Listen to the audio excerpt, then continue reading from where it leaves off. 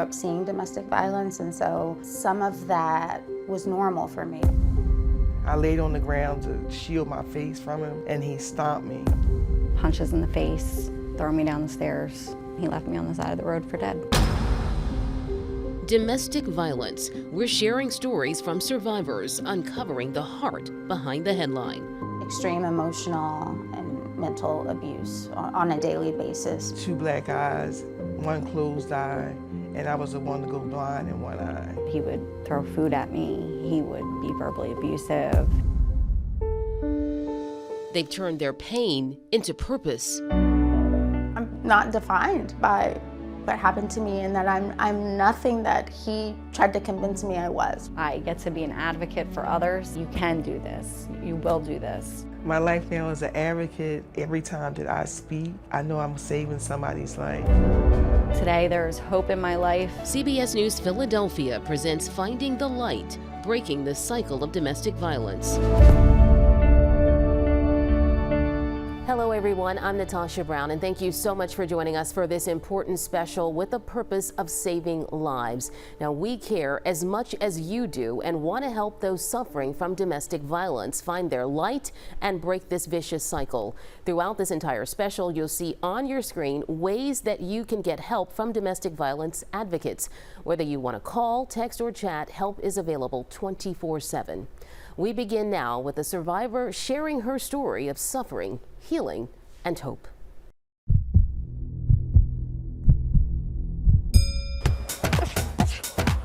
This place has brought me back and saved me in more ways than I could ever describe. Testing myself, pushing myself, it builds you, right? Like it shapes you, and getting through what I went through, I can get through anything. My name is Jamie Miller. I'm a domestic violence survivor, a mother, and an MMA fighter. We were together for 6.5 years. We met when I was living in Cincinnati at the time, where some of my family members lived there. We met through the MMA community. He was also a fighter. You're like, wow, this is awesome. And I kind of got hooked right away. He was very charismatic.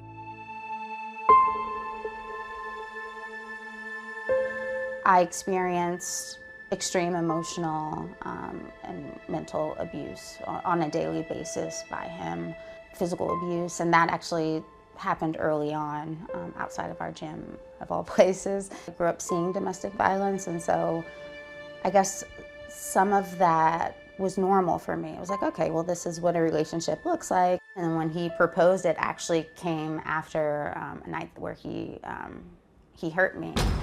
It started from an argument we were having.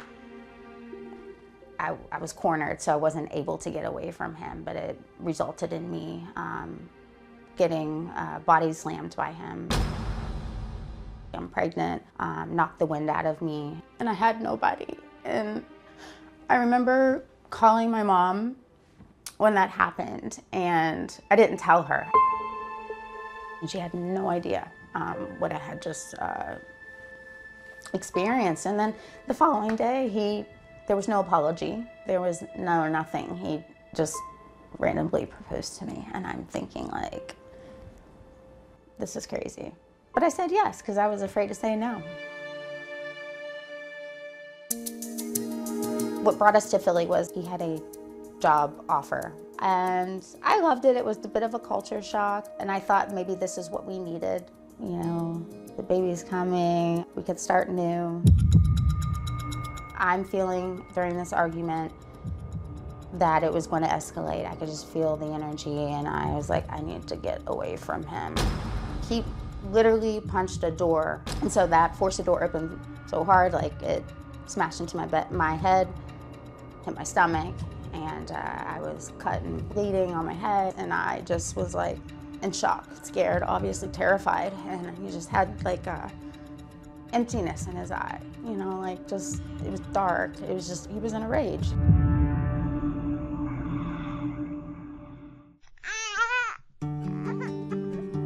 When my daughter came, she was definitely my safe, happy place. What happened was that, like, as time went on, my daughter's getting older, things are still happening. So throughout the In our entire relationship, like, he would do things to show that he's in control. He would do things like smash things. He would, any cell phone I ever owned, he would smash. He threatened me after like yanking my head, and then we're having this like disagreement, or basically just me defending myself. He had said if my daughter was not awake, he'd punch my effing teeth out. As we were playing a game, we'd take some toys over by like the front door, so that when they came, we could just like jet. It felt like 30 seconds when we started hearing the knocks at the door. He looks out front, sees the police, and as soon as I heard the first knock, I opened the door. As we're running down the hallway out of the apartment, he's coming after us, like running after us. And then when the door opened, the police were guns drawn, telling him to stop, get back. And I always tell people that it felt like we were being just lifted out on a cloud, was how safe I felt.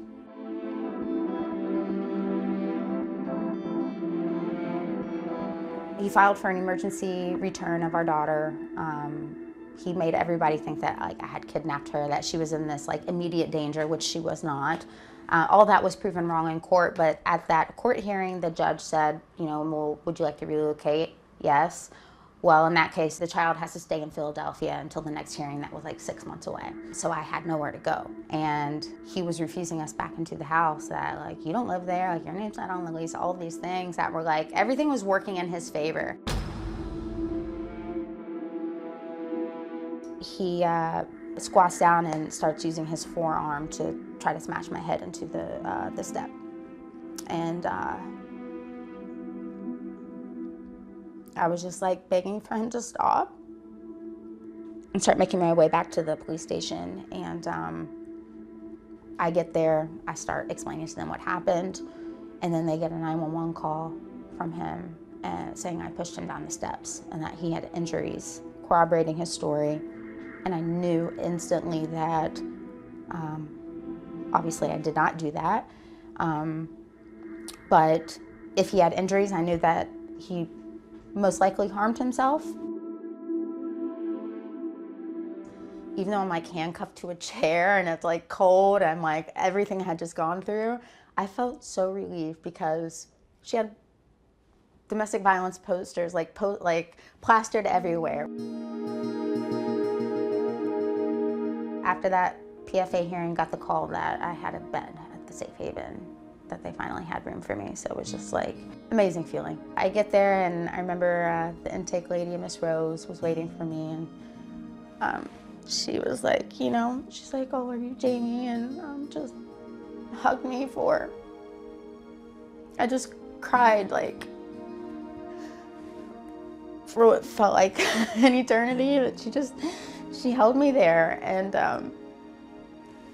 I finally just felt like I was gonna be okay. Thank God. I mean, Women Against Abuse offers, free legal services, obviously like your essentials, your day-to-day everything. So I was so supported in so many ways. Let's do this. Yeah, it's a good reminder of like, dude, you're badass, yeah. Part of taking my life back meant doing things that I wasn't allowed to do for so many years, and everything that I loved, training, fighting, martial arts, that was like my love. Stepping back on the mat for me was just like wow, like it was incredible. The more I saw him, the more I'm like, you're just this tiny man, like you're nothing to me, Get a call from King of the Cage at the time, and they're like, hey, we need, a replacement for this title fight. I hadn't fought in several years. Overhead right, or it's over! Yeah, I just threw a right hand out and it landed right on the button, and she fell and knocked her out cold. 4th round of a title fight, yeah. Your new strawweight champion. It just solidified, just validated who I am as a person. I'm not defined by what happened to me, and that I'm nothing that he tried to convince me I was. Officially, I'm an advocate now and a board member for Women Against Abuse, which is an incredible accomplishment in of itself, because I'm actually the first former client survivor to be considered for the board in 40 years. A lot of my work is now just filling in the gaps and helping other people navigate their situations. I'm Jamie Miller. My life now is beautiful, it is impactful, and filled with love. Well, you know, Jamie's story there sheds light on why many people choose to stay in these situations. Sadly enough, her partner refused to allow her to work, crippling her financially. And joining me in the studio now is the spokesperson for Women Against Abuse, Katie Young-Wiles. Katie, thank you so much for being here with us. Thank you for having me. Yeah, just seeing Jamie's story certainly brought tears to my eyes. I can only imagine the trauma that she endured and what brought her to your shelter. So tell us a little bit about that. Yeah, absolutely. I mean, we have people calling our hotline, which is sort of like our front door to access services, in complete crisis. We have a lot of people coming in with just the clothes on their back. They grab a bag on their way out. People are coming, fleeing really life-threatening situations. And so our goal at Women Against Abuse is to be a welcoming refuge, to embrace people who are escaping from abusive relationships and to partner with them on their journey towards safety. Yeah, and we know that, you know, a lot of times folks, they talk to family members or not, but sometimes someone usually knows their struggle. Mm-hmm. They know their trauma, they know what they're going through, but they don't know what to do, whether it's a family member, a loved one. Someone knows oftentimes, and they just don't know how to help. So what is your advice? Absolutely. If you're concerned about a loved one, I think one of the most important things to do is be a consistently non-judgmental support for them. So domestic violence is a very complex, challenging situation. The person in the relationship, it's very hard to break out of it. And so if they confide in you, if they reach out to you, or if you're just suspecting that something's going on, ask them how you can help. You know, as part of the abuse, their decision-making power has been taken away. They've been isolated from their support networks, from their family and friends. They might be embarrassed to say what's going on, or they might not even see what's happening because of the cyclical nature of domestic violence and how difficult it can be to identify when you're in it. So, you know, don't tell them what to do, don't pressure decisions, because it's time to give them their power back and give them their decision-making ability back. And they know their situation best. So just ask them, you know, how can I help? I'm here. And we know it's really difficult to break out of an abusive relationship. So if they go back, and then you want to maintain that relationship so that they always feel safe coming to you. Because we've heard so many times from clients, if it wasn't for so-and-so, if it wasn't for my friend or my cousin or that emergency room nurse, I might not be here today. And so having someone in your life can play such a pivotal difference in your ability to break free and rebuild a life of safety for yourself and your kids. And then I would also recommend to educate yourself about this issue. You know, you can go to our website. We have a lot of information, womenagainst.abuse.org, and start reading about it, the different types of abuse and the dynamics and some of the barriers to leaving. Understand what your loved one's going through so you're better equipped to help them. And lastly, I would say it's very important for victims or survivors to have a safety plan. And it's just a plan for staying safe, and it looks different for each person. So when you're in the relationship, a safety plan might contain things like avoiding rooms with potential weapons when you're with your partner. You know, let's say an argument breaks out, try to avoid the kitchen where you have sharp knives. It might mean talking to your kids about what's going on and making sure they understand it's not their job to protect you, it's their job to get out of the way, you know, and be safe, and maybe alert a neighbor. Pack an emergency go bag, and keep it with a trusted friend. Do you find it more difficult for women or men possibly who are in this situation to get out of it because they have children? Do they stay in it longer a lot of times because of the children? That's 100% correct. We've had a lot of clients tell us, I stayed for my kids. You know, I didn't want to pull them out of their home, out of their school, away from their, you know, what they know. And then it reached the point where I left for my kids. You know, the abuse had gotten so bad over time that I realized I can't have my children in this home anymore. This isn't good for them, isn't good for any of us. There are a lot of reasons people stay in abusive relationships. One of the biggest is fear. You know, maybe they've been threatened that if they reach out for help or if they break things off, that they're going to be killed or hurt. And then abuse happens in a cycle. So there are honeymoon stages where everything will be really good for a while and you have hope. You know, you think your partner has changed, and then the tension builds and then the abuse escalates. And so that cycle can also make it very difficult to see what's going on and recognize that you need to leave this situation. Yeah, and we do want to talk about your resources. You talked about the 200 beds that you have and also the importance of anonymity for these survivors. We operate 2 100-bed shelters, and we call them safe havens because really we try to have a lot of on-site supports, that these are a comprehensive refuge for people coming out of crisis. And they do have confidential locations. We have 24-hour security as well. We also have on-site case management and children's services and meals all available there. We also have some transitional housing in the city. We have 15 units, and that's a little bit longer term for people who are coming out of shelter or, you know, looking for a longer term placement. And we also have an amazing legal center. We have a team of more than 30 attorneys and court advocates who are experts in this field, and they're on the front lines every day representing people in family court who are seeking protection from abuse orders or custody related to domestic violence. Well, Katie, thank you so much. We do appreciate all that you're doing with the center and the hope and the healing you're bringing to many of these survivors. So thank you so much. Thank you. You know, also, if you do want to know more about finding the light for you or someone that you love, you can visit our website, cbsphiladelphia.com/findingthelight, and there you'll find a complete list of resources and numbers for help.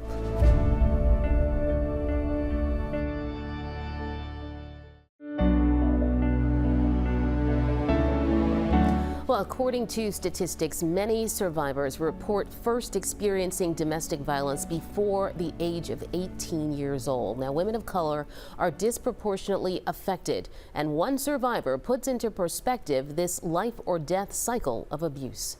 My name is Shonda. I am a domestic violence survivor, mother, grandmother, and advocate. The cycle is like when you haven't really completely healed and then you repeat the cycle of attracting abusive people in your life. As a child, my first experience with domestic violence, it was at the hands of my stepfather. I would receive extreme verbal abuse, beatings. I was beaten naked. I was molested also by him. That was my first experience with domestic violence. My deepest regrets with it is that I just was silent about it. I was 17 when I first left home. It seemed like everything was good and happy, and then there was the turn. He beat me up with his hands, his fists, physically. He was verbally abusive, burned me with a curling iron. And I think when I had enough of it with him is when I had the 2 black eyes, 1 closed eye, and I was the one to go blind in 1 eye. So I met someone else, and that person nearly killed me. He started out okay, and what he would do was he would bully my son when I wasn't home. He then beat me up. The last night that I was with him, what he ended up doing was beating me up from the bedroom to the living room where I was trying to get out of the apartment. He continued to punch on me, beat on me till blood was gushing. I thought I was gonna die. Unfortunately, I married an abuser. He was verbally abusive, physically abusive. I reached out to Women Against Abuse when I was trying to get away from my husband. They were good for me as far as separating from him. My life now as an advocate is the light of my life, because I know that each day or every time that I speak, I know I'm saving somebody's life. You just had to reach out for help, because somebody is going to want to help you. My name is Shonda. My life is hope, joy, and life. Well, while Shonda survived her abuse, that's sadly enough not the reality for everyone. According to recent data, 1 in 5 homicide victims are killed by an intimate partner. It's a sobering and very sad statistic. Katie joining us again with Women Against Abuse. We touch on the resources that you all provide, but what should be the plan for someone trying to leave? Because of that unfortunate reality, this could be a life or death situation for many survivors. It really could. If you are in an abusive relationship, I just want to tell you, first of all, this is not your fault. You know, a lot of times victims are told they're causing this, it's their fault, look what you made me do. I want to say this is not your fault. You did nothing to deserve this. And also, you don't have to go through it alone. You don't have to be trapped in it. There are organizations like Women Against Abuse who are here to walk the journey with you and, you know, walk from this into safety with you. I would also highly recommend calling the hotline and asking for some support with safety planning. If you're considering leaving an abusive relationship, it's a very dangerous time because domestic violence is all about power and control. And so when the victim is preparing to leave, the perpetrator is in effect losing control. And that's when the violence is more likely to escalate and things can become very dangerous. And so we recommend not telling your partner you're leaving. Try to, you know, don't get caught in the middle of packing. Leave when they're not in the home, and have a safety plan in place that helps you think through the actions at your disposal, the different options that you have, and maybe thinking through some implications of different options that you might want to take. And what would you say to someone possibly watching right now who's just frightened, too scared to even move or to do anything? I would say take a breath. Know that there are so many people that have been where you are now and have gone on to find safety, women like Shonda and Jamie, and to reach out for help. We're here for you. Call the hotline. Counselors are available 24 hours a day, and all calls are confidential. Yeah, and they don't have to be frozen by fear. There are so many resources out there and so many people trying to help. Absolutely. Katie, thank you so much for your time. We do appreciate it. Thank you. Thank you for having me. Statistics do show that survivors are 6 times more likely to have a substance use disorder. One South Jersey survivor shares how domestic violence led her to self-harm and addiction. I am Danielle. I'm a domestic violence survivor. I'm a mother of 4, and I'm an advocate. So I met my partner when I was 12. I lived next door to his aunt. He was 10 years older than me. The abuse started when I was pregnant with our second. So my first child is not his. He would throw food at me. He would be verbally abusive. It escalated from there. Punches in the face, throwing me down the stairs, breaking things. He even drowned me in a bathtub one time in front of my son on his 5th birthday. Drugs started to become an issue in my life when I was put in the hospital by my partner. They prescribed me pain medication, which led me down a rabbit hole.